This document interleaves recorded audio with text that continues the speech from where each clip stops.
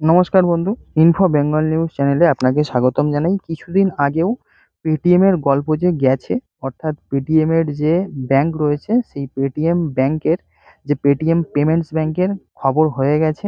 তারা কোনোভাবেই কিন্তু আর কোনো রকম ব্যাংক মানে তাদের গ্রাহকদেরকে আর সুবিধা দিতে পারছে না, সেটা আমরা প্রত্যেকে জানি। এবার ফোনপে এবং গুগল পের উপর সেই নিষেধাজ্ঞা আসতে চলেছে সরকারের পক্ষ থেকে। এবং এই ভিডিওর মাধ্যমে আপনি জেনে নিন যে তথ্যটি ঠিক কী রয়েছে, সরকারের তরফ থেকে ঠিক কী বলা হয়েছে।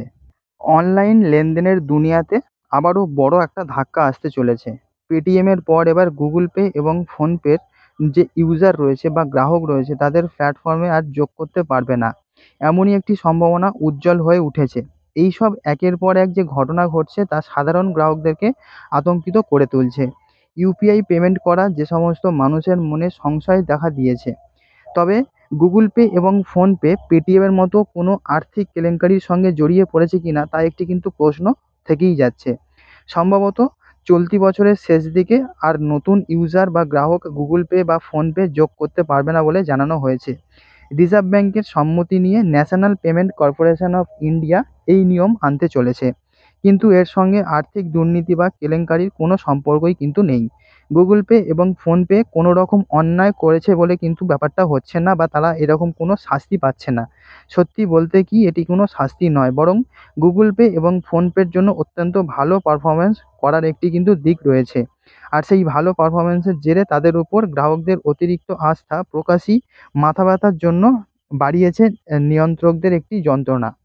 কেন গুগল পে এবং ফোনপেকে নতুন গ্রাহক নিতে পারবে না বলে দিয়েছে। এবং ন্যাশনাল পেমেন্ট কর্পোরেশন থেকে যা তথ্য পাওয়া যাচ্ছে সেই অনুযায়ী দেশের ইউপিআই লেনদেনের বাজারে একছত্র রাজ করছে গুগল পে এবং ফোনপে। এই দুই সংস্থা মিলিয়ে ইউপিআই লেনদেনের 85% নিয়ন্ত্রণ করছে। আর এটাই মাথা ব্যথার কারণ হয়ে দাঁড়িয়েছে নিয়ন্ত্রক যে সংস্থা, অর্থাৎ ন্যাশনাল পেমেন্ট কর্পোরেশনের। তাদের বক্তব্য যে এর ফলে বাজারে মনোপলি বা একাধিপত্য কায়েম হয়ে গিয়েছে ওই দুই থার্ড পার্টি পেমেন্ট গেটওয়ের কাছে।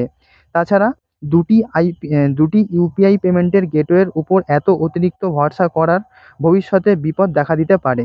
যে কোনো কারণে একটি সংস্থার প্রযুক্তিগত সমস্যা দেখা দিলে গোটা দেশের ইউপিআই পেমেন্ট ব্যবস্থা একেবারে মুখ থুবড়ে পড়তে পারে। এই পরিস্থিতি বদলানোর জন্য ন্যাশনাল পেমেন্ট কর্পোরেশন একটি নতুন নির্দেশিকা জারি করে দিয়েছে।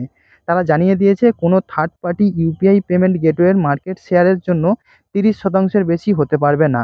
উল্লেখ্য, এই বাজারে পেটিএমের উল্লেখযোগ্য অবস্থান আছে, কিন্তু পেটিএমের পেমেন্ট ব্যাংকের বিরুদ্ধে আর্থিক কেলেঙ্কারির অভিযোগ ওঠার পর এবং তাদের পরিষেবা কার্যত বন্ধ হয়ে যাওয়ার পর বেশি করে গ্রাহকরা গুগল পে এবং ফোনপেতে যুক্ত হয়ে গিয়েছে। এর ফলে দেখা যাচ্ছে যে আগামী 31 ডিসেম্বর 2024-এর মধ্যে গুগল পে এবং ফোনপে উভয়কেই নিজস্ব মার্কেট শেয়ার কমিয়ে সেটি 30%-এ নামিয়ে আনতে হবে। তবে কোন উপায়ে এই কাজটি করবে বা সেটি সম্ভব সেটি এখনও পরিষ্কার কিন্তু বলা হয়নি। এই পরিস্থিতিতে বাজার বিশেষজ্ঞরা মনে করছেন যে আপাতত বেশ কিছু সময়ের জন্য গুগল পে এবং ফোনপেকে নতুন গ্রাহক নিতে নিষেধ করতে বলেছে ন্যাশনাল পেমেন্ট কর্পোরেশন। তবে গোটা বিষয়টা এখনও পুরোপুরি পরিষ্কার নয়। আশা করা হচ্ছে যে আগামী কিছুদিনের মধ্যেই হয়তো এই বিষয়ে বিস্তারিত আরও ডিটেলসের যে একটা আপডেট চলে আসবে, এবং সেই আপডেট যখনই আমি জানতে পারবো তখনই আপনাদেরকে একটি নতুন ভিডিওর মাধ্যমে ইনফো বেঙ্গল নিউজ চ্যানেলে আপনাদের সবার জন্য অবশ্যই জানিয়ে দেব। তো বন্ধু, এই ছিল আপডেট। দেখা হচ্ছে আপনার সঙ্গে পরবর্তী ভিডিওতে। সবাই খুব ভালো থাকবেন। Good bye.